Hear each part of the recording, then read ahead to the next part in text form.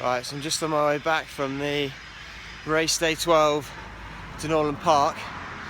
I'll take you through what happened in the race. It's a 5k race, 2 laps of the park. There's a lake at the bottom of the hill. You go up into the corner and round the lake and back up, and there's 2 hills. So you've got to save a little bit in your leg for each end of each lap. So I finished in about 11th, which was a bit disappointing. I normally come, I think my best is 4th.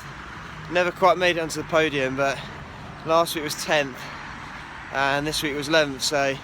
But although I think today it was a better field, because I think I was actually a quicker time today, but I think the Team GB minibus turned up at the top of the hill and all piled out and bloody went round very quickly. So we had my old PE teacher won the race actually. So it's Mr. Levette. We used to call him Whip It Will at school, and he was literally off like a flash. I kept up with him for about 5 seconds, and then didn't see him for the rest of the race. Yeah, I think my one thing I didn't do very well was my music playlist. So I had started off a couple of classics. So first off I had Don Henley, Boys of Summer. Got me off to a great start. Probably a bit, if anything, I went off a bit too quick. I was skipping down the hill. And then to follow that up, we had Sandstorm Darude come on, club classic, and got me bouncing along.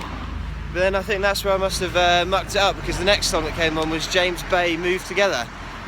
So we've gone from this absolutely high beat to this little guitar number, and that's when I realised I was struggling, and felt like I was running in treacle at that point, when everyone, I think I got overtaken by about 5 or 6 people, and made a good sprint finish at the end to overtake this old bloke who looked like his knees were going to fall off.